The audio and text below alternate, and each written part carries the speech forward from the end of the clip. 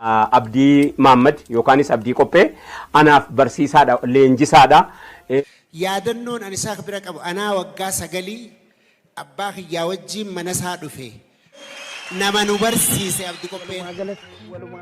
Namni Abdii Qophee isaan hin dubbatin walli isaan takke. Amma barnoota Oromoon akka barattu Abdii Ali Birraadhaaf barnoota ammaas barnoota hajoo kana kalleef aabaa jennee kaanaa hanumaan jalqabnaa afaanuma keenyaan katabnee dubbisnaa. Qopheessee istuudiyootti waraab. Gadaa cuucee maaltu dhaaba qabee kawwiligee ka'ee abdii dhabee faana dhawee eenyu argaa barbaadee nama garaa muree guyyaan badee kana jedhu walaloo cimaa qaqqabu. Caffee gadaa yoo fudhatemma baandii gadaas baandii bilisummaa keessa sirboota sirbaman hundi abdii guutuutti abdiiti. Deebimaa sanarraan qamar sirbi qamar guutuutti abdiiti. Gisee isaan biyya alaa jiran barreesseeti poostaan ashagee iddoo isaan jiranitti ergaa. Wallisaa ifittiin amannellee Abdii Qophee bira dhayinan nagaatti wallisaa ta'uusaa if beeka. Ismaayyoo Muusaa abbaan angafaa kan irratti waa barreessuu fi waa dalaguu irra baran Abdii bara. Akkam jirtu kabajamtoota hordoftoota keenya. Har'a seenaa nama qaalii Oromoo kan ta'e tokko isa aartii Oromoo tirsee guddisee dhaloota har'aatiin gahe qabadhee isiniif dhiyaadheen jira. Ani qopheessaan qophii kanaa Mustafaa Hajjiiti. Hanga xumura qophii keenyaatti nu faana bu'aan hordofaan affeerraa qophii keenyaati.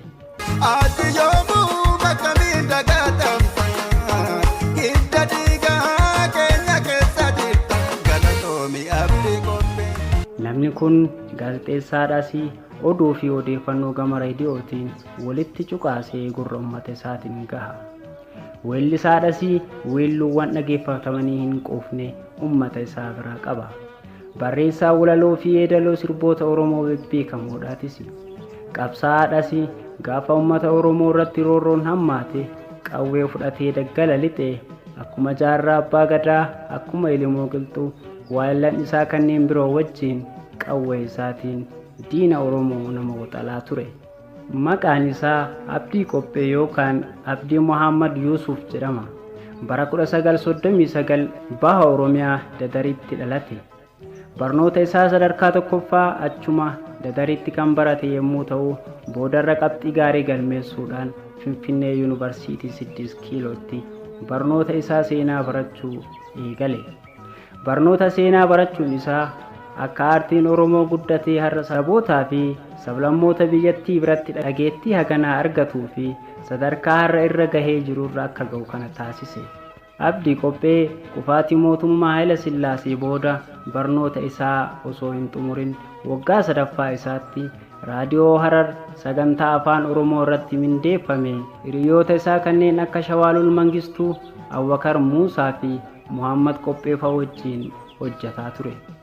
Osuma hojjechaa jiru mootummaan Dargis duguuggaa sabboontota Oromoo itti fufuu eegale.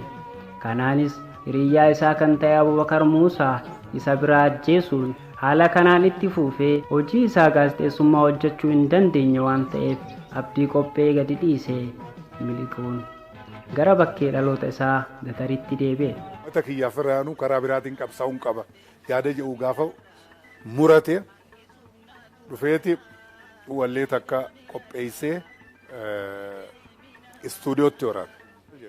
Gadaa cuucee maaltu dhaaba qabee kawwiligee ka'ee abdii dhabee faana dhawee eenyu argaa barbaadee nama garaa muree guyyaan badee kana jedhu walaloo cimaa qaqqabu kana istuudiyoo kana nu waraabeeti.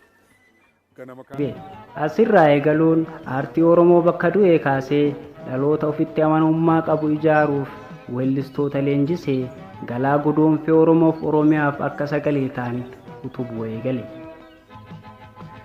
Walaloon inni jalqaba barreesse maal himanii maal jedhanii yommuu yaadaan ni baamanii jiru afaan wallaalanii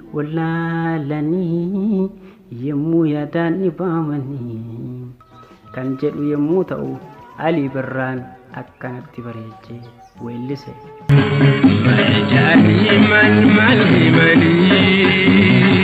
Yeroo yaadaan dhibaamanii jedhanii maal himanii yeroo yaadaan dhibaamanii jiru afaan wallaalanii jiru afaan wallaalanii. Kan biraas sirboota hedduu Dr. Alii Birraatiif kenneera. Barnoota ammas barnoota kana ta'uu qabaa kaayyoon Oromootaa kan jedhuu fi aabaa jennee kaanaa kanumaan jalqabnaa afaanuma keenyaan katabnee dubbifnaa waa malli nu dhibee jennee bitaa mirgaa karaa sirrii dhiifnee maaliif deemna moggaa hanga har'aan tanaa hiyyeessa saamtanii dafqa malee baay'ee burraaqxanii fi gammachuun goobana ji'aa akkasuma sirba cidhaa akka odaatti iddaan daraaraa caayaa rakkataa ta'aa mul'adhaadha kan jedhu isa Abdii Qophee barreesse keessaa muraasa. Halloo Daawwitiifis sirboota inni isheedhaaf kenne keessaa muraasa yemmuu ilaallu wal hora warra keessanii teessumti guddoon shaakkarii baabura yaabbadheen dhufaa na hiqiyya shaamarmari kan jedhuu fi maal guyyaa keessaa naggalte amma meenaaf himii sababni ittiin ooddu maalumaa fi Bin shirri haramaya deemnaa doonii yaabbannee wajjin bashaannaa kan jedhu yemmuu ta'u sirba michuu seenaa ittiin beekamu Oromoo sabni koo dhiiraa dhalaanii harka fuuna shamaa walii galaanii kan jedhus namni hojjate Abdii Qopheeti. Sirboota Abbitoo Kabbadaa keessaas muraasa yemmuu ilaalle jaalala dhugaa mi'ooftuu kan wajjin dabarsinee yaanni koo gama keetii yaanni koo sibiraa gama koon deebinee yaa jaalallee firaa fi shurrubbeen hin qaaritee gaggeesseen biraa dhufaa garaa koo jabaadhukaa allaattiin dirree dawaa foon malee nyaadhu naan jetti magaalleen biyya kiyyaa namalee hin dubbisinaa jetti kan jedhu cooba qalama Abdii Qophee yemmuu ta'u hidhatarraan yaa hidhannoo sinnaaraa ati dhufinnatu dhufee silaalaa jedhee ofii isaatii kan weellise Abdii Biraamis haala gaariidhaan irra deebi'ee bareechee sirbe. Hidhatarraan yaa hidhannoo sinnaaraa yaa hidhannoo sinnaaraa ati dhufin naatu dhufee silaalaa yaa hiriyyoo halaalaa. Sirba kana Abdii Qophee haati isaa yoo inni qabsoo irratti wareegame akka ittiin yaadattuuf kan hojjete yemmuu ta'u sirba Faaxiyaan yaa sirbite gootan qaqqaalii sabaa jaallan qabsoo ganamaa wareegama gootaniif gaalanni bilisummaa kaan biyyaa bahee kaan biyyoo tahee kaanis hidhaan namahee kan akka raakona raase wayyoo jiruu namaati kan jedhu abdiidhaan qophaa'e ture. Adam Haaruuniifis michuu baay'een qabaa lixa biiftuurraa dhamsa koo gahii Oromoota maraa kan jedhu Abdii Qopheetiin qophaa'e. Adam Haaruunis akkas jechuun waa'ee nama kanaa ibsa. Hanga dandeenyutti odoo guyyaa tokko addaan hin bahine jireenya baqaa addaan nu baasee jechuudha. Mana xiqqaasaa san guunneetuma itti qamaadhaa guyyaa guutuu inninis waa barreessaa hayya daloo baasa'a. Wanni isa afaanii bahu waan kaayoo irratti hundaa'e wallisoota hunda afran qalloo booda namni tajaajilee akeekaa fi kaayoo irratti akka hundaa'an godhe Abdii Maamman Yusuf. Walumaa galatti namni Abdii Qophee isaan hin dubbatin wallisaan takke hundaa'u Abdii Maammadii tajaajilee akka isaan wallisaa ta'an godhe anarraa jalqabe. Bara ijoollummaa keenyaatti sirboota nuti jabbilee yeroo tiksinu dhaggeeffataa guddanne hedduu kanneen weellistoonni weellisan namni qopheesse Abdii Qophee ture. Weellistoonni hedduun walaloo fi yeedaloo Abdiin qopheessetti fayyadamuun inni kaan beekamtii fi kabaja guddaa uummata isaanii irraa gonfataniiru. Inni kaan kaasettii walaloo fi yeedaloo abdii qopheen kenneef hojjetanii gabaarra oolchuun jireenya isaanii ittiin fooyyessaniiru. Inni kaan ammoo Ameerikaa fi Awurooppaa deemanii maqaa uummata isaaniitiin jireenya gaarii jiraachaa jiru. Haa ta'u malee oolmaa inni isaaniif oole namni miidiyaa irratti bahee galata isaa dubbate muraasa akka ta'e ragaa baana. Akkuma dungoon ofii boba'ee namaaf ifaa ta'u abdii qophees ofii hanga beekamuu qabu otoo hin beekamin namoota isa jalatti gurmaa'anii hojjechaa jiran walaloo fi yeedaloo gurraa fi luka nama lixan sana isaanitti laatuun addunyaa irratti isaan beeksise. Walaloo fi yeedaloo sirboota Oromoo durii kanneen uummata Oromoo biratti dhageettii fi jaalatama guddaa qaban parsentii 80 namni weellistootaaf kenne abdii qopheeti. Weellistoota biyya keessa jiran of biratti waame isaan leenjisee kan kennuuf yommuu ta'u kanneen biyya alaa jiraniif ammoo poostaadhaan ergaafii ture. Deebisee maas Abrahaam baadiyyaatti sirba kaasitaaf rukkanne. Abdii Abrahaam lakkoofsaan qabu sirbi abdii Abrahaam guutuutti abdiiti. Deebii maa sanarraan qamar sirbi qamar guutuutti abdiiti. Gisee isaan biyya alaa jiran barreesseeti poostaan ashagee iddoo isaan jiranitti ergaaf. Wanni maqaan isaa dhokoteef inni kun nama shakkamaa mire maqaan abdii yoo dhame saansuuriin dabartu sirbi afaan Oromoodha.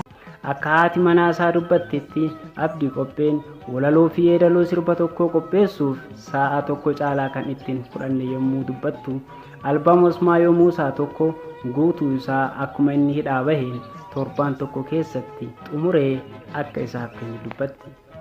Abdii qophee sirba yommuu namaaf kennu akka bara ammaa sirba tokko qofa kan namaaf kennu osoo hin taane nama tokkoof albaama guutuu kennaa akka ture seenaan ragaa baha. Raayyaa abbaa maccaatiifis namni dhugaa kamii kan jedhu cooba qalama abdii qophee ture. Hirphaa gaanfurees kan sirbe ergaan abdii dhabee biyya lafaa irratti gara dachiin seenaa hayaana gaayatti jedhee kan weellise abdii qopheetiin ture. Abdii dhabee yeroo lafaa irratti gara dachiin seenaa hayaana gaayatti gara lafaa. Burtukaana bichuu fi oduu dharaa dhugoomsitee badii malee na darbitee Adinaan Muhammad kan weellisee fi afaan Oromoodhaa awwaalamuu didee hiddisaa cimaadhaa teessoo nagaafannaan jeen Oromiyaa dhiigaa lafee tiyyaa biyya abbaa kiyyaa Finfinnee yaa Finfinnee ansirraa fagaachuun numan taanee fi dagalee jiruu tiyyaa kan jedhu sirboonni Qamar Yuusufiin weellifaman kan abdii qopheetiin qophaa'e ture yommuu ta'u sirboonni Daawitee Mokkonnanii weellifame allaattii koojoo biraa bineensi faanan jiraa fi baga deemtee galanni jaalalaa yoo akkana ta'e kan jedhuu fi hedduun isaanii cuba qalama abdii qophee ture. Akkuma gamoon tokko feerroodhaan utubamee samii keessa lixu aartiin Oromoos bara sana abdii qopheetiin faayamee qalbii uummata bal'aa keessatti jaalalaa fi fudhatama guddaa argate. Galatoomi abdii qophee galatoomi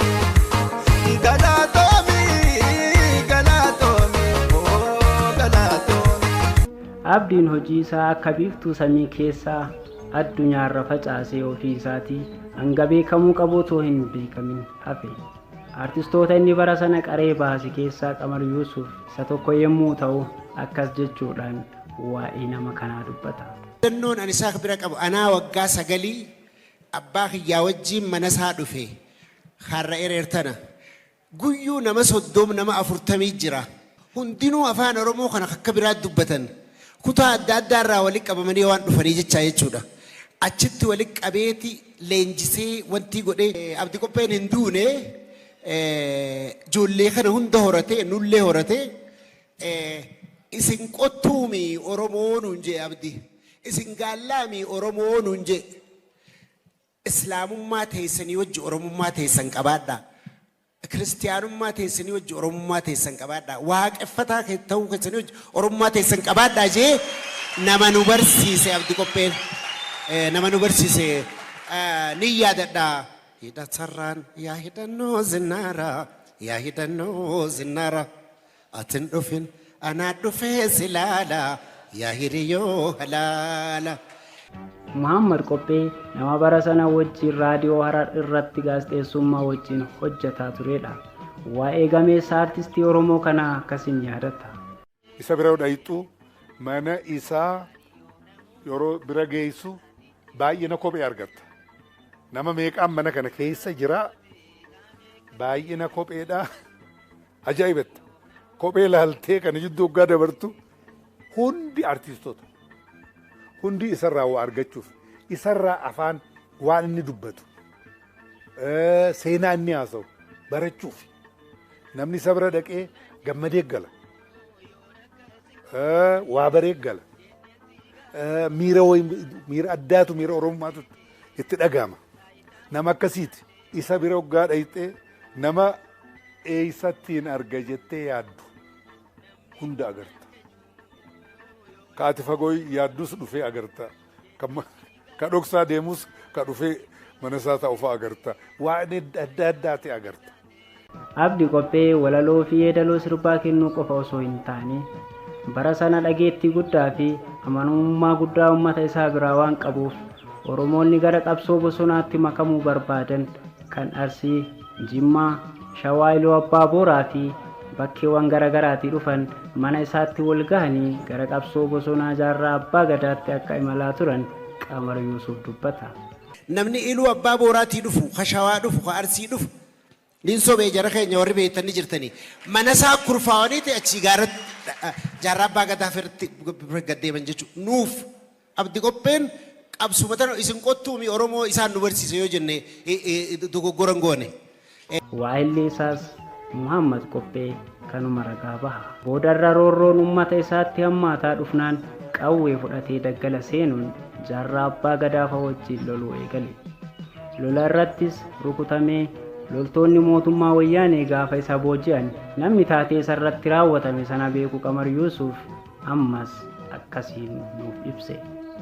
Gaafa jaaja keessatti xiyyitiin dhaawamee karaa waayyuutiin dhufee dadari qabanii mana hidhaa galchanii akka du'uuf soqatti gaddeebisanii faardoo baqaysanii nam 14 wajjin sa'a takkitti asirraa qabu hoggaa inni hoggu sadii fakkana godhanisa numa baa rabbiin jaluma baasa sa'a takkitti firraa qabu haadhatiyyan naageessaa jee hoggaa as darbu ani imimmaanii wanni jeetumaan kalafaa fuudhesanii ummanni biyyaa hundi bayeetuma nu fixaatuma malee bakkuma biraatti ajjeefadhaa malee asitti nutti ajjeeftan jedhanii akkasitti fuudhanii karaa daddara ol deebisanii jechuudha. Gubaa fi dararaa isarra gahaa ture haati manaa isaas akkas jette nutti himte. Makiinaan fuudhanii Shawaaroobii geessanii tumamee dhagaa gubbaa deemfamee Abdi maal irratti asii fidanii jennee gaafannee ana duraa illee dhoysanii haasaa illee akka inni hojii gabbeena hojii haasaa illee dhorkan. Abdi. Waggaa dheene tumame qaamni isaa kun cufti uleen tumanii nama guddaadha Abdi nama amata 70. Qaamni isaa kun cufti nu jireenya qabu waggaa akkana nu gabbaasan. Caccabe kana makiinarra keenya mana galchine. Mana galchine. Inni caccabnaan gabbaasan. Caccabnaan gabbaasan. Duruuf deema jaanii gabbaasan. Qaamni cufti iitaa'ee jira. Cidhaan kana keessa cufatumanii. Fi cufti nu fannisanii akkana afaan nu gaddeebisanii wanti nu godhan jee uleen. Amma gaamana dhufee haakima na inni. Haakima eegana inni ni unturre. Namni yeroo hundaa Abdii Qopheetti dhihaatuu fi Abdii Qophee akka abbaa isaatti jala deeme waarraa baratu akkasuma namni hanga gaafa Abdii Qophee du'ee boolla seenutti isa faana ture Ustaas Raayyaa Abbaa Maccaas akkas jechuun gocha isarratti raawwatame sana nuuf ibse. Qananii cubbuu jalan daddabuu biyyaaf biyyee ta'u maqaan koo waaraa ulfinaan galmaa'ee seenaan koollee tura. Uffadhee bobbaheen galu taayitaatii ottaan kajeelu qananii quufa qochumaa hidhamaa du'aa saamamaa aanaan jibbamaa sammuun komamaa muramuu mormaa yoomin ayyamaa biyyaaf hin dhimmaa sabaaf hin falmaa jedhe abbaan namni dhugaadhaa kamiinaa barreesse Abdii Qophee. Asirraa qabamee Shawaaroobiitti dhaqee jaarsii waggaa 70 gahee jiru dhiitamee garaan keessi madaa'ee wayyaaneen rukuttee tumtee caccabsitee duruu caccabaadha dargiinis caccabsaa ture. Dargiin caccabsaa ture cabaa isaa abaawootti gannaan addi bilisummaa Oromoo keessa ture namni kun achii ka'ee ammas immoo gaafa artiidhaan nu ceesisuudha nuti baandii bilisummaa taanee biyya keettii keessatti asii fachi jennu saba kana ceesisuudhaaf jecha abdiini waan wareegama inni kaffale keessaa asirraa qabamee ukkaamsamee sababa inni aadaaf turizimii oromiyaa ta'uu dideef jecha qabamee Shawaarobiitti dhaqee rarraafamee tumamee achii galee lamuu fayyaan argine du'ee. Abdii Qophee namni osoo lubbuudhaan jiru waliif hin birmanne gaafa namni gameessi nama isaaf birmatu dhabee du'e fira boohee ardii balleessu kan taajjabe yommuu ta'u akkas jechuun nama du'e ta'ee walaloo fi yeedaloo sirbaa barreessuun Kadiir Sa'idiif kenne. Uffata daaree boodee gabee ni lubbuudhabe fira ragatee gaafas na jibee areera galaanaa koodhoodhabe muuta fameetu garaa laaffisee arra boochise. Abbaa seeraa Tuujii Ibraahimii fi abbaa Alangaa Suraa Ammee kitaaba seenaa Abdii Qophee kan barreessan yommuu ta'u sirboota Abdii Qophee weellistootaaf kenne keessaa muraasa akkasiin yaadatu. Qorannoo keessaniin walaloon kan barreesse jettanii hubattanii? Yoo xiqqaate kara 3,600 ol ni ta'a tilmaamni jiru.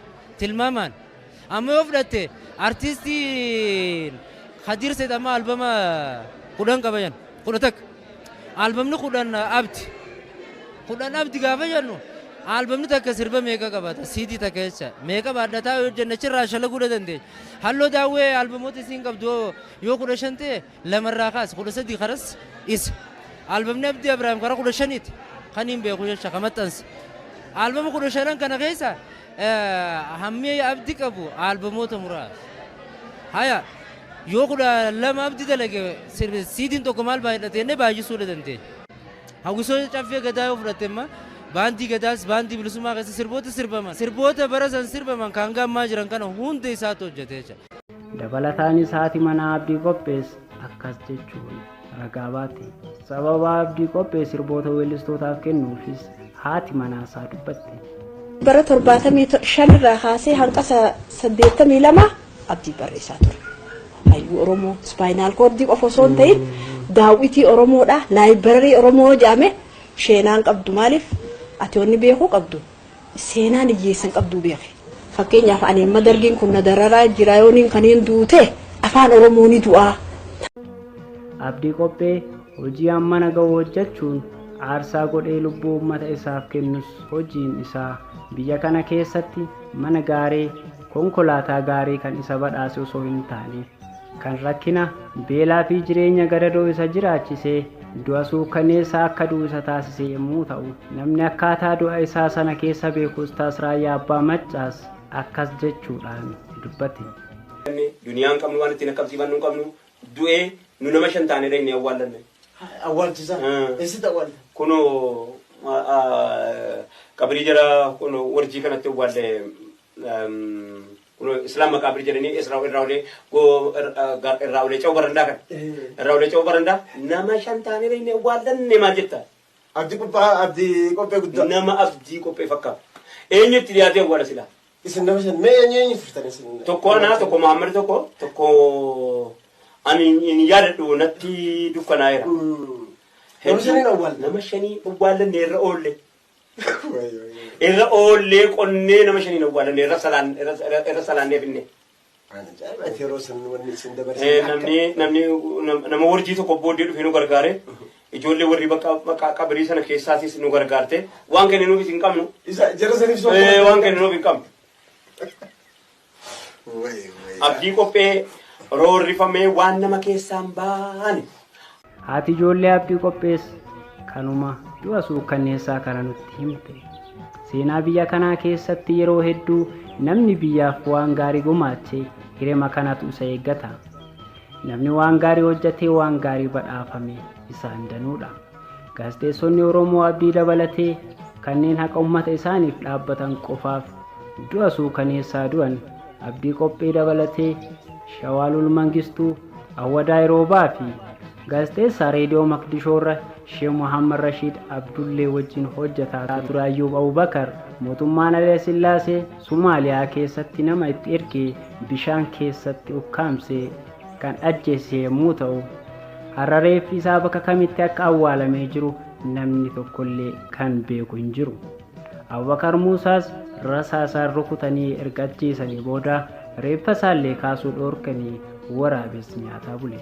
Gochi Abdii Qophee irratti raawwatame lubbuu isaa balleesse wanta haaraa osoo hin taane gocha artistoota Oromoo kanneen akka Eebbisaa Addunyaa, Yoosef Gammachuu, Jireenya Ayyaanaa, Usmaayyoo Muusaa, Daadhii Galaanii fi Hacaaluu Hundeessaa irratti raawwatame garaagarummaa kan hin qabne ture. Waa hunda caalaa kan nama dallansiisu Abdii Qophee haala sanaan erga ajjeefame namni tokkollee maatiin isaa jireenya akkamii akka jiraachaa jiru namni qalama tokko akka ilmaan isaa barnoota barataniif bitee isaaniif kenne hin jirre manimma dhiphoo abdiin keessatti isaan dhiisee darbe keessa kiraa kaffalaa akka jiraachaa jiran haati manaa isaa dubbatti. Oromoon mee isa jirti Indiyaa warri abdii mee jaanee gumiin abdiin biyyarraa qabu guddaa in agarree gaate san cufaa'u mee isa jirti bakkuma abditti na dhiiseen jira manuma caccabaati beeytu san. Sanuu firaayu mana akkamitti kana hunda sin dhiisaniyyuu mana tokko keessatti gatuma idaataa taateessanii. Gatumatti ida'u jira. Itti ida'an malee gandummaanuu nama nagayaati jechuu bara. Eeguma sin ariiniyu. Kifluma takkitti san keessaan jira ilaa ammaa.